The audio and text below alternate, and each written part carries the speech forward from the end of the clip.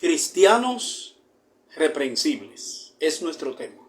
Apocalipsis 3:19 dice: Yo reprendo y castigo a todos los que amo. Sé pues celoso y arrepiéntete. Que el Señor bendiga su santa y bendita palabra. El diccionario define la palabra reprensible de la siguiente manera, muy sencillo: digno de reprensión. Si se hace algo bueno, es lógico recibir elogios, pero si se hace algo indigno o algo malo, también es lógico esperar la reprensión adecuada.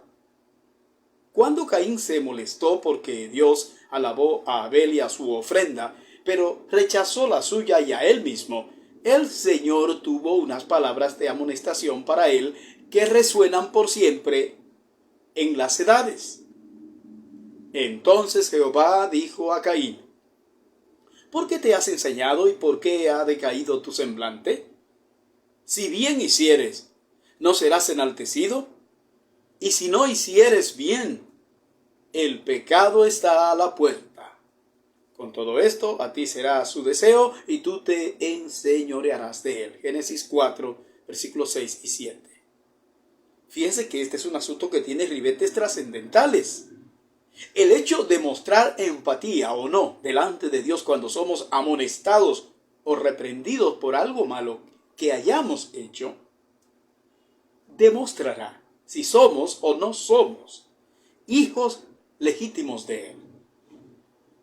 A los cristianos con la condición de reprensibles, el Señor dará una sacudida, como se la dio a los hermanos de la iglesia de la Odisea, para que despertaran y para que se pusieran en el orden correcto.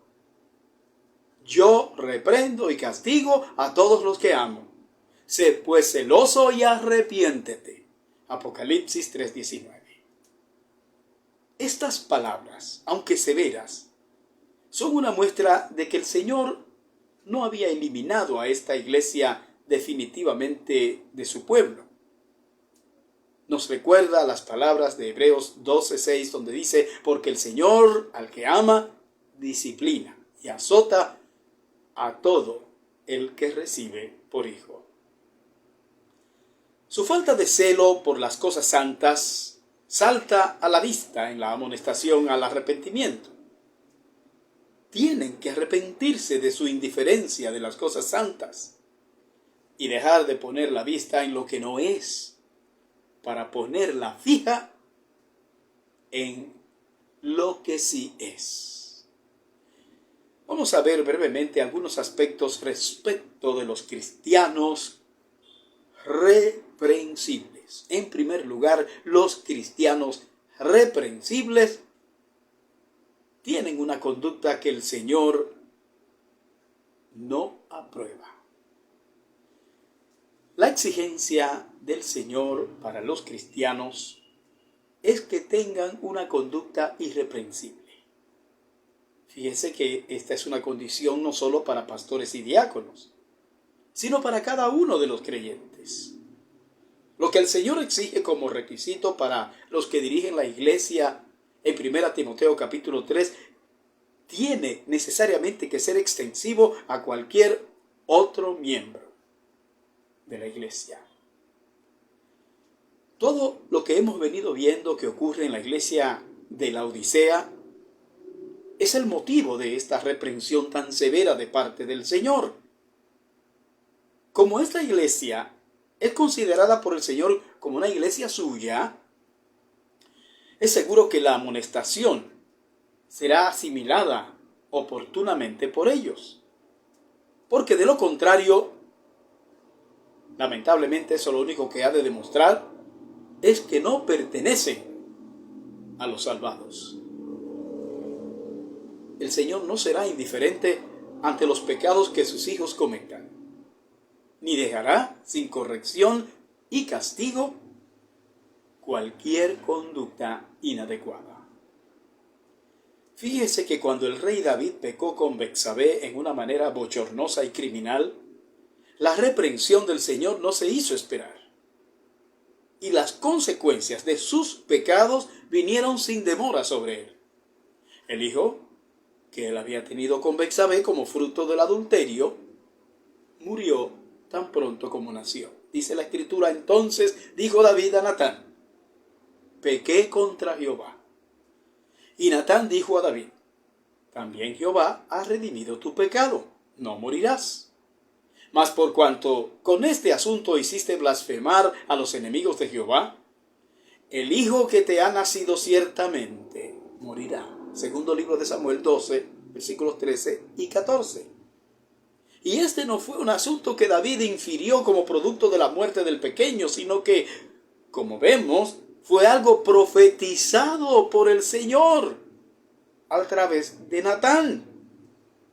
O sea que esto no quedó supeditado a la interpretación de nadie, sino que el Señor hizo que todo lo concerniente a este asunto quedara fielmente documentado. Y fíjese que esto lo hizo el Señor con uno de los hombres de la Biblia cuya reputación lo cataloga como un hombre que era conforme al corazón de Dios. Hechos 13:22. Lo cual indica que Dios no tiene favoritos y que a cualquiera de sus hijos que no se comporte como es debido, Dios le pedirá cuentas. Porque Jehová al que ama castiga, como el Padre al Hijo a quien quiere, dice Proverbios capítulo 3, versículo 12. En segundo lugar, la reprensión y el castigo de los cristianos de mala conducta. El versículo dice: yo reprendo y castigo a todos los que amo. El hecho de que el Señor reprenda a los cristianos que se portan mal constituye un gran beneficio para estos cristianos. Un beneficio que en el presente es posible que no alcancen a comprender por aquello que nos dice la Biblia. Escuche cómo dice: porque el Señor al que ama disciplina y azota a todo el que recibe por hijo. Si soportáis la disciplina, Dios os trata como a hijos.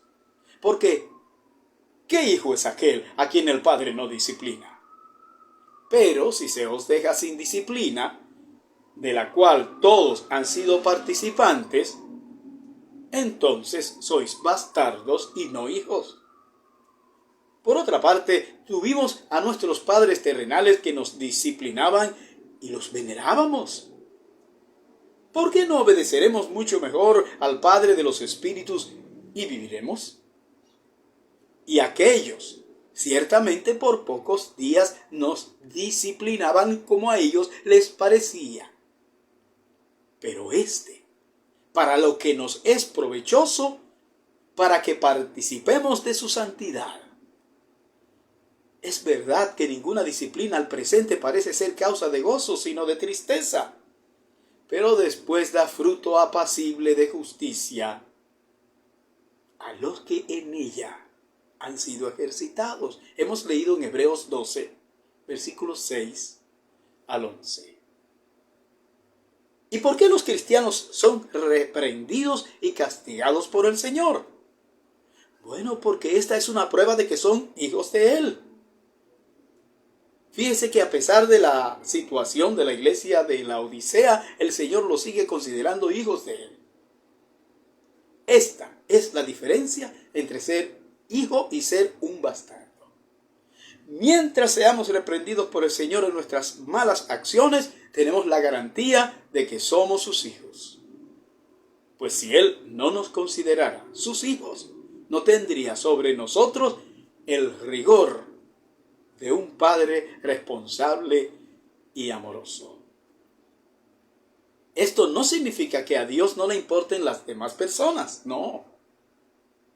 Sino que la consideración de Dios hacia aquellos que han manifestado fe en Él es especial.